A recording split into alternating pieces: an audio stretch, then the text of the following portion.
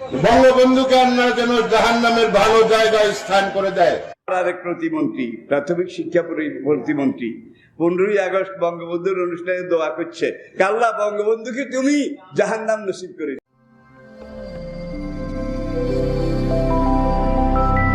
AtoZ Bangla, follow the rules of ইসলাম।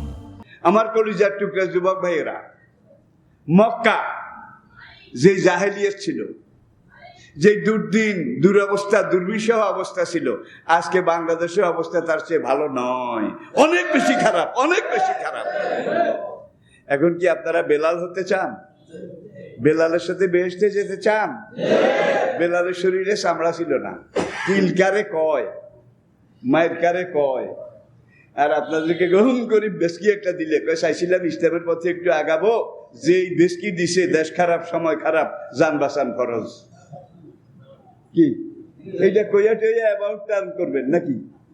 নাকি বেলালের মতো আগায় যাবেন, সোহাইবের মতো আগায় যাবেন, আম্মার ইবনে ইয়াসিরের মতো আগায় যাবেন, আব্দুল্লাহ ইবনে মাসউদের মতো আগায় যাবেন? আল্লাহর কসম, তারা সবাই ছিলেন যুবক।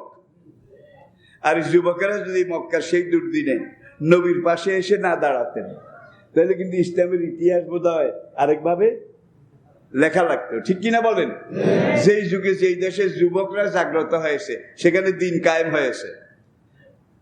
আপনারা বলতে পারেন আমরা সংখ্যায় আর কত, 8 আনা 12 আনা যুবক, তো কি লেফট সাইডে ইসলামের বিরুদ্ধে আমাদের বাইরে এইটাও আছে, মক্কাতেও আসিল, জজিরাতুল আরবেও আসিল। অল্প যুবক ইসলামের পথে আগিয়েছিল, অধিকাংশ যুবক বিরুদ্ধে ছিল, নেতারা সবাই বিরুদ্ধে ছিল। Abu Jahl, Utba, Walid, Rabia, মুগীরা, Shobha. হ্যাঁ, এই যুগেও দেখেন যে নেতারা সব হালুয়া জিন্দাবাদ, নেতারা সব ইসলাম আদর্শ, মুখে ইসলামের কথা কয়, কইতে কইতে আবার কয় ভারতের সাথে আমাদের স্বামী স্ত্রীর সম্পর্ক। কি মন্ত্রী ভাই, কি মন্ত্রী! এরপরে আবার আরেকটা কথা কইছে, কি জানি, হ্যাঁ, অন্যান্য দেশের তুলনায় বাংলাদেশের মানুষ বেহেশতে আছে। বেহেশত কারে কয়, বেহেশত কত প্রকার, কি কি। আবার আরেক প্রতিমন্ত্রী, প্রাথমিক শিক্ষা প্রতিমন্ত্রী 15ই আগস্ট বঙ্গবন্ধুর অনুষ্ঠানে দোয়া করছে, আল্লাহ বঙ্গবন্ধুকে তুমি জাহান্নাম নসিব করে দিও। এটা আপনারা দেখছেন কিনা বলেন, দেখছেন কিনা বলেন? তাহলে এগুলো আবার মন্ত্রী, হ্যাঁ হ্যাঁ, আমির হামজা এই তো ঠিক নাই। এগুলাকে কাউন্টে আনার কোনো দরকার নাই, দিন কায়েমের জন্য এগিয়ে যেতে হবে। ওয়াকানা হাক্কান আলাইনা নাসরুল মুমিনিন।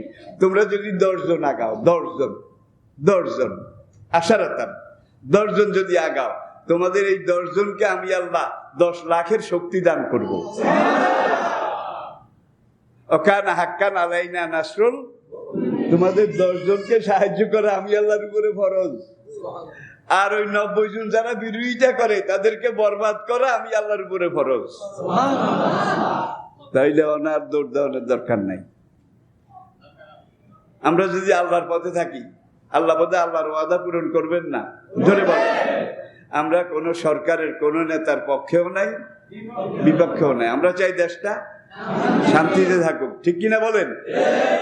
কিন্তু অবস্থা বেশি ভালো না। কি হয় আল্লাহ তাআলা জানে, কি হয় আল্লাহ তাআলা জানে। এখনো সময় আছে।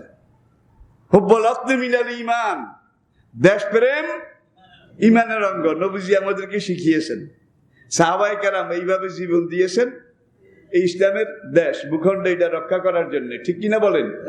আমি টেকনাফ আলিয়া প্রিন্সিপাল, যখন টেকনাফ আলিয়া, আমার মাহফিল ছিল চকরিয়া কক্সবাজার। মাহফিল করে রাত 2:30 আমি মাদ্রাসার দিকে ফিরে যাই। আমার সাথে গাড়িতে আবার ওই মাদ্রাসার প্রতিষ্ঠাতা গাজী কামরুল ইসলাম, জঙ্গলি ফকির, পাহাড়ের হাতি, চিতাবাঘ পর্যন্ত তারে এখনো কিন্তু আসে।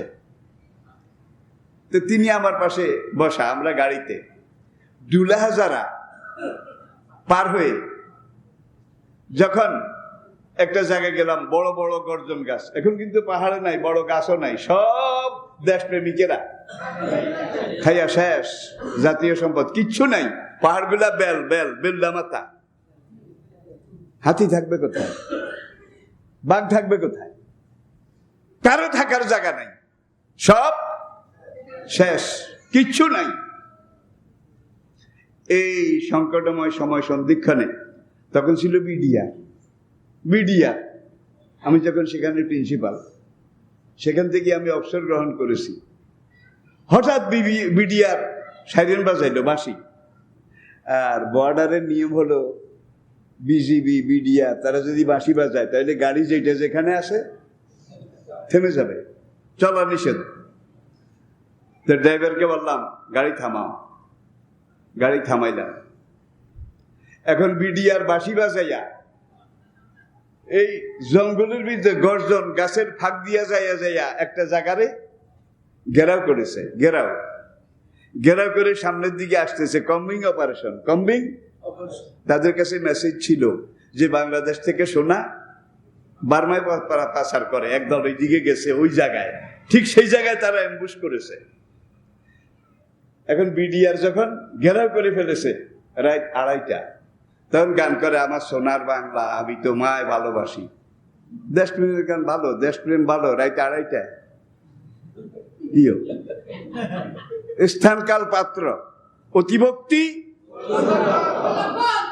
গানের আওয়াজ আমরাও শুনছি, একবার সুর লাগাই আমার সোনার বাংলা আমি তোমায়।